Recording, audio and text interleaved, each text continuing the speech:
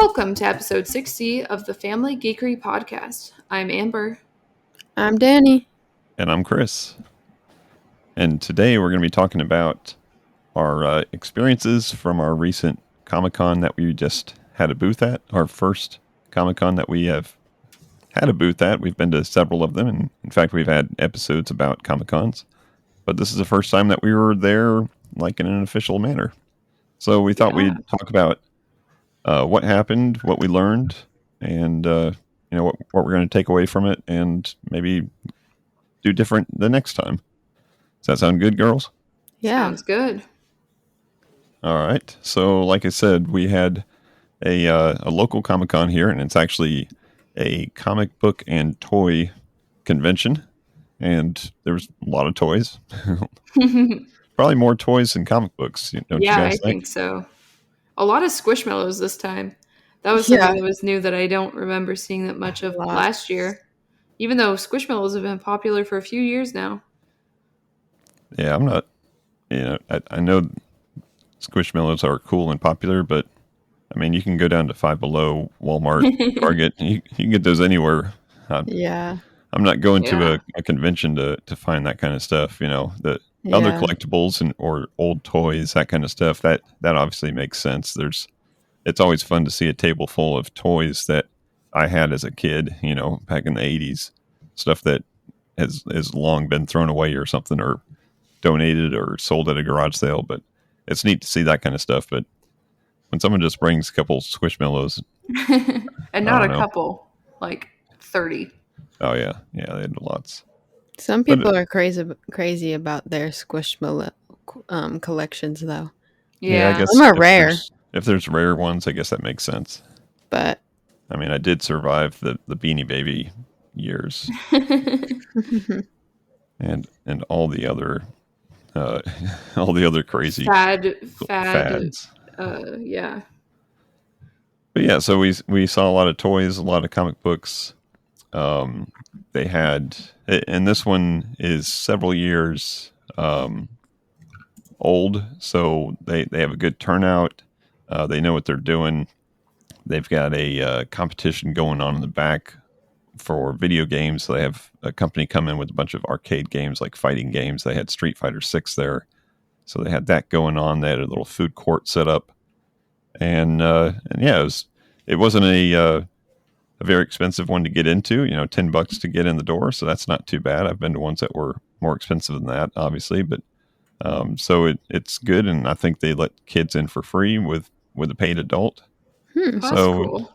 Yeah, we're lucky to have a convention here in our town that's established and, very good, very community friendly. Pretty big. Community friendly. So we put in an application several months ago, and waited and got the little email that said, "Hey, you've been selected. Now give us your money." So we gave him the money for the booth, and it wasn't a horrible fee for the table fee, because they've got vendor booths, and then they've got artist booths or artist alley booths. And since we are a podcast / YouTube / a little bit of everything table, then they put us with for us. Yeah, they put us with the artist alley. And so let's talk about what our booth had in it. Who wants to start first? I'll start. So I put together a few things. I went ahead and I crocheted some things, and also picked things out of my crochet collection that I had already done, because time was ticking and I wanted stuff at the table that we could sell or use to grab people's attention. I also prepared some Magic the Gathering grab bags, and had those out for sale also, just to thin out the collection a little bit of cards that I'm never going to use. So I had some of that. And let's see, do you want me to describe other stuff that we had, or? We'll have Danny talk about what she prepared for the table. Yeah, so I did some art prints. I had some digital pieces I had. I had an ink piece. I had just things like Venom and Overwatch characters and League of Legends, things like that. Had a Cubert, 'cause that's my favorite arcade character. And so we had some of those, some 4x6s and 8x10s, and we also had some pins or buttons. And so that was cool. And then I also just had a little jewelry stand with some bracelets, embroidery thread, and clay beads, because that's just a little hobby of mine. And they were Yeah. superhero themed. So the bracelets had color schemes of like Spider-Man and Hulk, things like that. And I stole one afterwards because I liked it. Did you So. steal the Captain Marvel one? Is that this one? Yeah. The kind of Superman colors? Yeah, I stole tried to that one. figure out which one you took. I didn't know if this one was themed to anything or not. Yeah, those were really neat. So we had some stuff there. We had some merch there, some buttons, some magnets, that kind of stuff.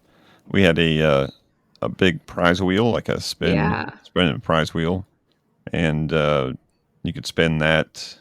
We had it set up so, hey, if you could follow us on one of our socials, then you get a free spin. And it was a little weird having to explain that to a 6-year-old when you'd walk up. Yeah, and just spin it. I spin that. Yeah, I have a few thoughts of what we can change about that maybe next time if we implement that, but we can get to that later. Yeah, I think we might have been the only booth with one of those. We've seen them before. Yeah. There was the table next to us had a gotcha machine. That was really cool. But we were the only spinny wheel, so that was kind of neat. People could win a couple different things, and then the centerpiece, if you will, of our booth was a arcade machine that I built. Just a small arcade machine.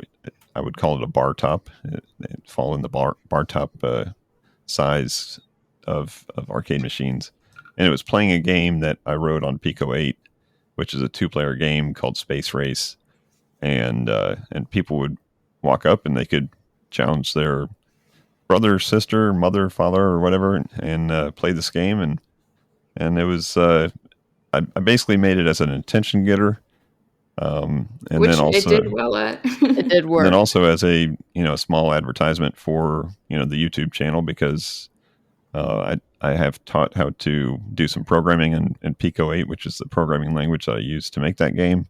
And I've done some tutorials on building arcade controllers before, and that's a hobby that I've had for a long time. So I'm happy to bring that to the channel and help people out with that. A lot of people don't know that you can just build your own arcade machine if you wanted to, and it doesn't take too many tools. It doesn't take too much money, as far as like wood and paint, a couple screws, and you can have your own at home. So look forward to that on the channel. I'm going to have some more tutorials on that kind of stuff.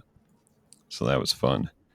And we had a pretty good looking booth for our first time, if I do say so myself. Yeah, you did a good job ordering all those, banners and table runners and stuff like that to advertise us, put our logo on things. I think it popped. A lot of people didn't really have backdrops, so I think that was kind of cool that we had one. A lot of people just, if they didn't have a backdrop, they had a bunch of shelves, right? kind of like framing their face, which seemed to work well for them also. But yeah, and so overall, we didn't really know what to expect as far as if we bring stuff, will people buy it? Mm-hmm. What would sell? We didn't really know that, and we weren't super worried about that. We weren't there to make money. We were there just to reach out to the community and say howdy, and meet some new people. So we didn't know what to expect, but the good thing that we did know, after going to several Comic-Cons ourselves, we understand what the habits of a person walking through a Comic-Con are, and that helps us understand that, hey, when the doors open and people walk by and don't even say hi, they just kind of look and keep on walking, we understand that we do the same exact thing, right? Yeah. When we go to a Comic-Con, first run through, you do the first run through. You just walk through everything. You take a mental a photograph of everything that's in there, and then you're going to go back and see the things that you wanted to see again. And then, on any given convention, we may go back to the same booth, 3 or 4 times, Before try, deciding to. before deciding what we want to get or if we Yeah. want to get more stuff. And that's exactly what happened. The doors open, people walk by, they may say hi, but they're just doing their first rounds. And sometimes they do the little awkward, like, oh, we're just seeing what's out there. And they keep on Yeah. walking, which is cool because we've done the same exact thing. Yeah. But some of those It's same funny being on people, the other side of It it. is. yeah, and some of those same people came back to our booth, 3 or 4 times throughout the Yeah. day. And So, it's surprising how well I recognized everyone. Yeah. Like, not even just the people in like cool cosplays. It was just like, oh, this one person is walking around and they're just dressed in normal street clothes. But, I would see them walking down and circle back. And then they'd talk to us. And I'm like, wow, this person walked by our booth like a few times. Like, I was surprised how many people I remembered faces of and stuff. Mm-hmm. and it's fun to see people that you've seen, from years past, whether it's another vendor, or just someone walking around that Yeah. you have, seen before. But yeah, so it was good. If there's one thing that I would suggest, if you do consider having a booth at a Comic-Con, is go to a couple first and Yeah. get an idea of what it's like to be a passerby first, and then you'll understand that mindset as they're walking right by your booth, and know that they'll come back if there's something there that Yeah. they wanted to see. And don't take it personally if they do like walk by and maybe don't even give you a smile or whatever. Like, they're just looking. That's what they're there for. They paid money to come in and look at some cool stuff. And maybe our stuff isn't their cup of tea. Maybe it is, and they'll come back later. Yeah. Yep. And everybody was friendly, even Oh, yeah. if you knew they weren't going to stop. If you knew that there wasn't something at the booth that they wanted to see, even if you just said hi as they're walking by, they would always say hi. Yeah. Now, there's one guy in the back that was an author. Did you guys see the guy in the back? He just had like a business suit on, and he had a couple books on the table. I think he was an author. Yeah. And he didn't really say hi to anybody when they walked by. So Oh, learn from that. At least reach out and say hi. The worst thing that they can do is just keep on walking and not say hi right. back to you, but they're going to do that anyways if you don't say hi to them. So Yep. yeah, so that was good to see how friendly everybody was at the convention, which is good. You're around people that have the same interests as you. You got to Yeah. assume that they're going to be somewhat friendly to you, anyways. Yeah. And at the end, as we were, packing up, putting things away back in the car, some vendor was dragging her big cart full of stuff, and a few things tumbled off. She had like it was nothing, no big deal, just some plushies in a bag, I think.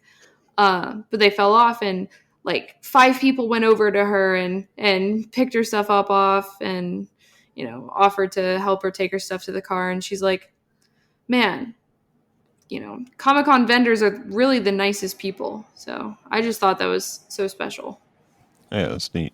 So let's talk about things that we learned along the way of having the booth. We've been to Comic Cons before as visitors, but this is our first time having a booth. So let's start with Amber. What did you learn after having a booth at Comic Con for the first time? I learned that the building that we are in did not have great connection because, giant concrete building or whatever. And this is probably similar for other, convention centers and stuff like that. Didn't have great connection. Free Wi-Fi wasn't working, or wasn't as free as it was advertised. I don't know. So that was an obstacle that we faced. Right. And I think next time we would adjust our plans to accommodate for that, because, we're asking people to follow us on our socials to spin the free wheel, and probably 70% of the people who are interested couldn't even connect to follow us on a social or something. So we had to kind of adjust for that on the fly a little bit. But I think that's something that I learned is not everyone has great internet connection. Heck, not everyone has a phone. This farmer guy came up to us and was like, "There's three things I don't have: a computer, a cell phone, and a credit card." And I'm like, "Okay, all right, cool. Don't know how you heard about this, but that's fun." Right. What exactly are you here to purchase? Didn't see him with anything in his hands. I don't know. Maybe he saw it in the newspaper or something and wanted to show up and see what's up. But that was one Yeah. thing that I learned. Yeah, they didn't have very good service, and actually it was okay when we were setting up, But but then then everyone flooded in. once everybody came in, then it just got to like bad, which is not good when you've got a credit card processing machine that relies on the internet to do your payments. There's a couple booths that just put out the sign and said cash only, because they couldn't get their thing to work good Yeah. enough. So that's definitely an obstacle. What about you, Danny? I think the one thing I learned is that, like, even though that people may not buy the stuff you have or whatever, like, they still appreciate it and enjoy it, and like they'll look at the stuff. And I think a lot of people, like, they complimented like the art and the bracelets and the grab bags, but like they didn't buy it, and that's okay. Like, they're there for a good time, we're there for a good time, and it's still nice to meet new people. And maybe they didn't want to spend any money, but they still Yeah. appreciate all the stuff. And I think that's the thing I learned. Or maybe it's a little kid whose mom says you can pick two things. I'm Right. buying two things for you today. And you're just not one of those two things. And that's okay. Yeah, You might be someone else's two things. exactly. Yeah, you got to remember that everybody there that's got a booth, they're uber talented, right? Yeah. There is Yeah. some just amazing artists there, and of course a bunch of cool stuff. Also, the stuff is cool, but the artists are definitely very talented. So as long as you remember that no one can buy something at every booth, right? No one's going to Yeah. walk in and buy everything that they like because there's just no way you could afford that. So it's very possible that people saw some things at your booth that they absolutely loved, but they had already bought something else that they absolutely loved. So Yeah. yeah, and that's completely fine. So One thing that I noticed is, we obviously had three people manning our booths. So, two of us could be behind the stand while one other person went out, looked at the things, see if they wanted to get anything. Unfortunately, like I felt bad for some of the vendors who only had one person or maybe a person and their kid running the Yep. booth and they couldn't really explore. right, And I felt bad for that because maybe they would have really liked some of the stuff. But then again, they probably go to all of these cons nearby Yeah. and see a lot of the same people, and maybe they already have a lot of stuff from the artists they enjoy. So I don't know. It's just I feel bad for some of those folks that weren't able to get up and make the rounds like we could. Yeah. yeah, Because we are there. Like, we started setting up at like 7:30, and it lasts till like 4 o'clock, and just sitting there saying hi to people. that's a full day. Yeah. Yeah. Yeah. So let's tell a quick story about the guy who was rummaging through um, the grab bags, the Magic the Gathering grab Hmm. bags, Hmm. and what I noticed was he was grabbed a bunch and he was contemplating how many he was going to buy, and then he put them back, and then he grabbed some. He started counting them out, and he's doing math in his head, and then he opened up his wallet, and then he said, "Hey, I'm gonna buy two of these packs, and just give them out to some kid Yeah. that can't afford them or wants some or something." He was really friendly. He talked to us for like 5 to 10 minutes. Like this guy was invested in what we do. Like he was super kind. Like I think he thought that you were the Magic player, and you're like, nope, it's her.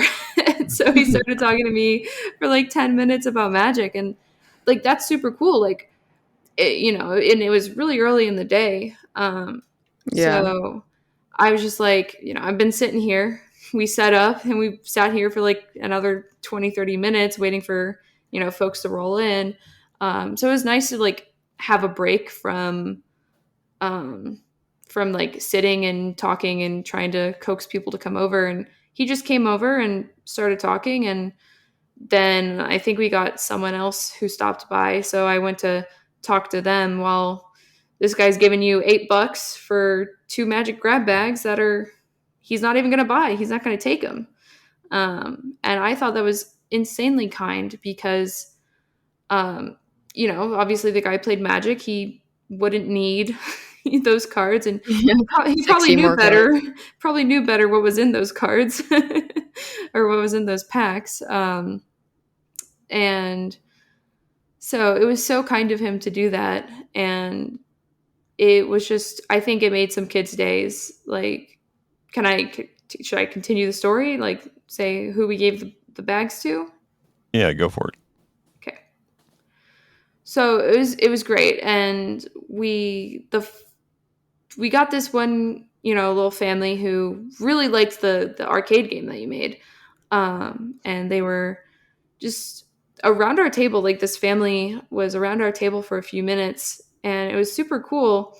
And I don't know, I was just like, they've been here, they've been talking to us, and young kids. So I thought, what a more perfect opportunity than to give one of these packs to this family, because who knows, maybe they looked, they weren't buying anything, but they were engaged. So I offered them one of the packs. It was a little awkward because it was a family of 3.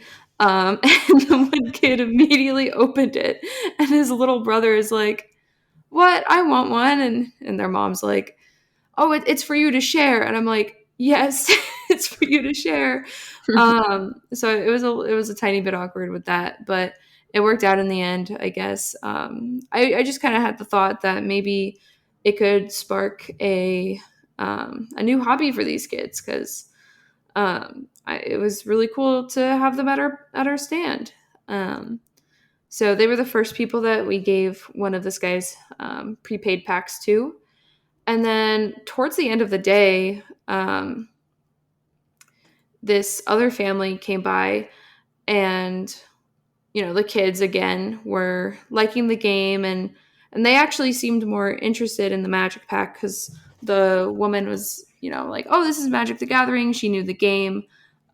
She also had a super cool cosplay. It was KDA Akali, which is like my favorite skin line from like League of Legends. So that was cool.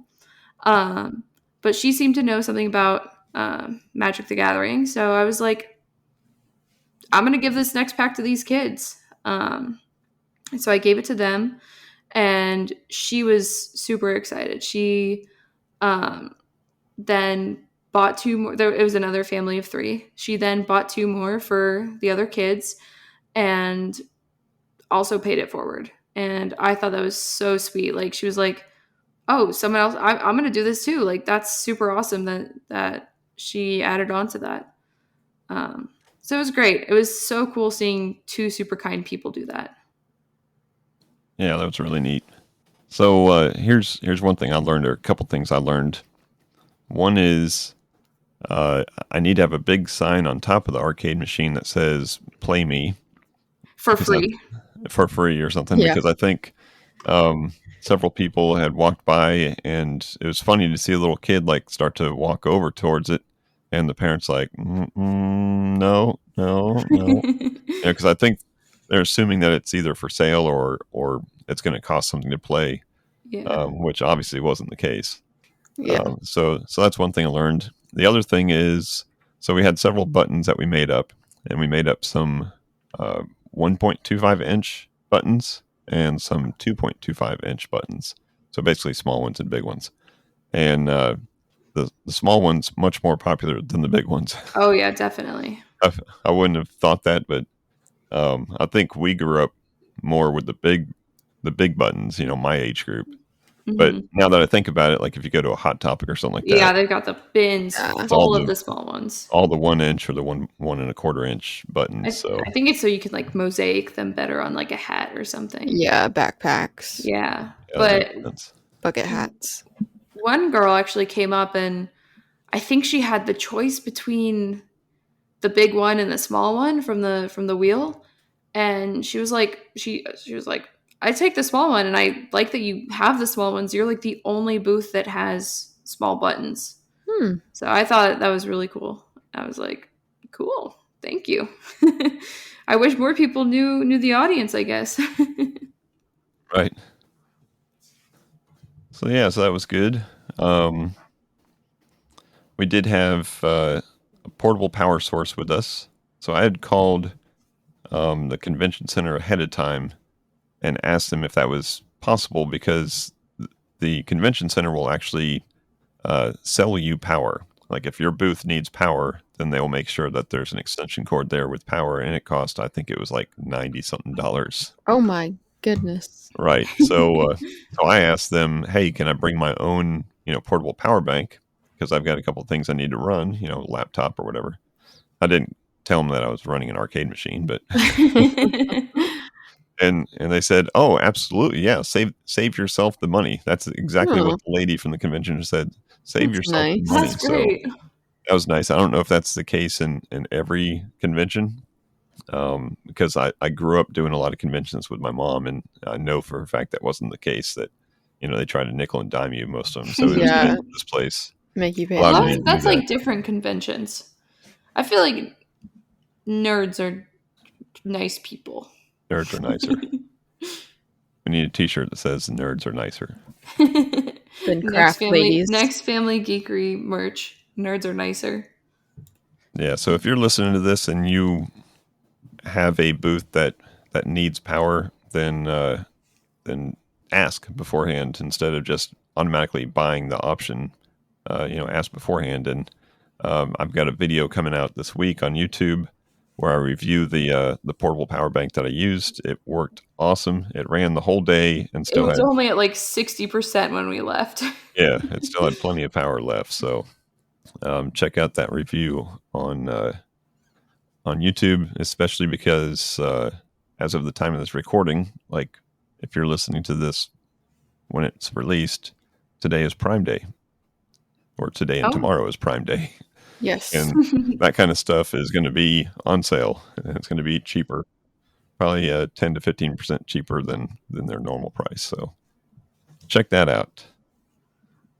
So anything else, girls, that you want to share about this? We just wanted to get out a short little episode to talk about our experience. Anything else come to mind? I've got a few think out loud ideas for the next time we do a wheel, if we do the wheel again. Okay, let's do that. Let's think out loud. Yeah, because maybe we can get some comments, like what would the listeners prefer? What do you guys think people would like better? We threw around the idea of having people record a little snippet to spin the wheel. And then we ended up having that as an option on the wheel. But for whatever reason, out of the 14 options, only like 3 were spun total. Right. Like, yeah. I don't know if that was Sticker just button. luck or what, but I think something that we could do differently is, instead of have, everyone do like, or have one person do like a 30-second shout out, that was like kind of the thing that we had on the wheel.